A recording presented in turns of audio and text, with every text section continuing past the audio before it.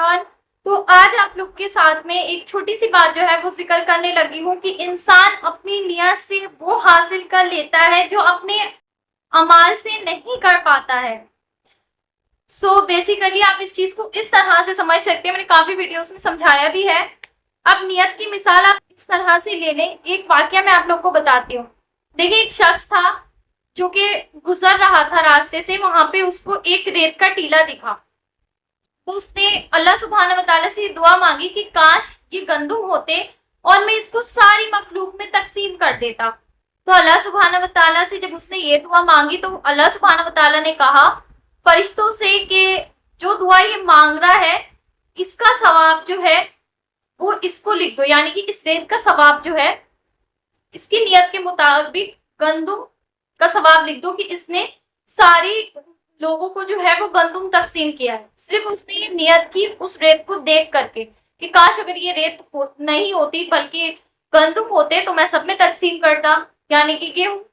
So that's it. आप सबको बताने का मकसद ये है कि अल्लाह सुब्हान व तआला जो है वो नियत का इतना अजर देते हैं जितना कि अल्लाह सुब्हान व तआला आपके अमाल का नहीं देते। देखिए, हो सकता है हमसे नमाज में कमी हो रही है, हमें नहीं पता कि हमारी नमाज परफेक्ट है या नहीं है।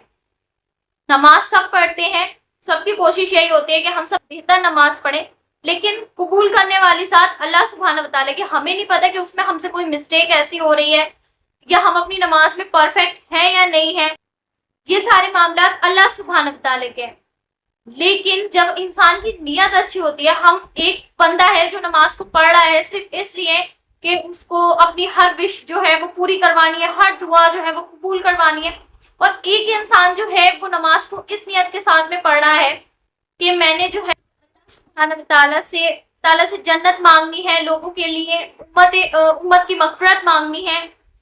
एक इंसान की नियत ये है, तो आप सोचें कि अल्लाह सुब्हान व तआला उसकी गलती को भी माफ करके उसको इस नियत पर जो है वो बहुत ज्यादा बेहतरीन अजर दे देते हैं। जैसे कि आपने एक बिल्कुल स्टोरी में मेरे चैनल पर सुना भी था कि एक लड़की थी जो हमेशा ये दुआ मांगती थी कि अल्लाह सुब्हान व तआला से कि अल्लाह सुब्हान व तआला इस उम्मत की मगफरत कर दीजिए, सबकी मगफरत कर दीजिए, और आपने देखा था कि उसको उसकी नियत का अजर जो था वो भी अल्लाह पाक ने दिया था।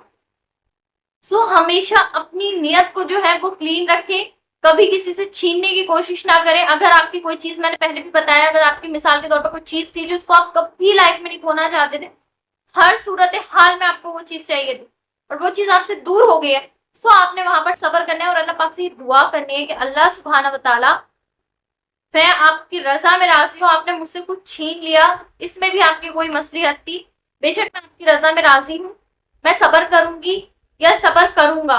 तो अल्लाह पाक ने आपकी इस नियत पर भी आपको बहुत खूबसूरत अजर देना है, लेकिन किसी से छीनने की उम्मीद नहीं रखें। अगर आपको कुछ चाहिए तो अल्लाह से ही मांगे, देने वाली जात उसकी है, इंसानों पर डिपेंड ना रहे।